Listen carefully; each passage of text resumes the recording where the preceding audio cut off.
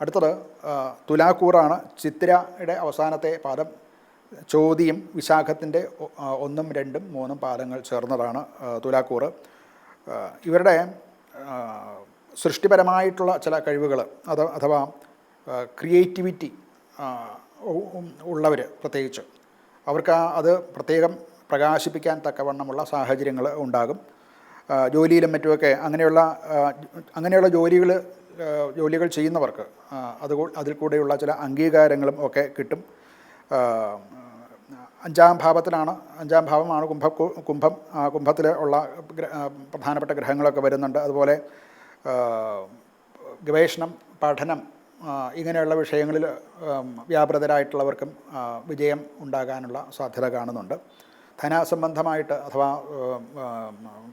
ധനസമ്പാദനം അഥവാ ധനത്തിൻ്റെ വിനിയോഗം ഇതിലൊക്കെ നമുക്ക് അനുകൂലമായിട്ടുള്ള ഒരു സമയം തന്നെയാണ്. പുതിയ ധനലാഭങ്ങളുണ്ടായേക്കാം.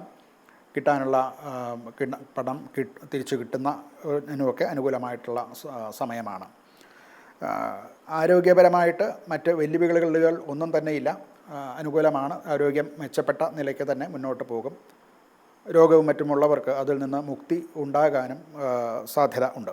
പൊതുവേ കുടുംബത്തിൽ സന്തോഷകരമായിട്ടുള്ള അവസ്ഥയാണ് ഉള്ളത്. എങ്കിലും ചില വാക്കുകളിൽ നിന്നുള്ള തെറ്റിദ്ധാരണകൾ ഉണ്ടാവുകയും അതുകൊണ്ട് ഉണ്ടാകുന്ന ചെറിയ സംഘർഷങ്ങൾ അഥവാ ഫ്രിക്ഷൻസ് ഒക്കെ ഉണ്ടാകാനുള്ള ഒരു സാധ്യത കാണുന്നുണ്ട്. ഇവർക്ക് പരിഹാരം എന്നുള്ള നിലയ്ക്ക് മഹാലക്ഷ്മി സമേതനായിട്ടുള്ള മഹാവിഷ്ണുവിനെ അഥവാ രാധാകൃഷ്ണന്മാരെ ഭജിക്കുന്നതും അങ്ങനെയുള്ള ക്ഷേത്രങ്ങളിൽ ദർശനം നടത്തുകയോ അങ്ങനെയുള്ള കീർത്തനങ്ങളോ മന്ത്രജപങ്ങളോ ഒക്കെ നടത്തുകയും ഒക്കെ ചെയ്യുന്നത് അനുകൂലമായിട്ടുള്ള ഫലം ഉണ്ടാകുന്നതാണ്.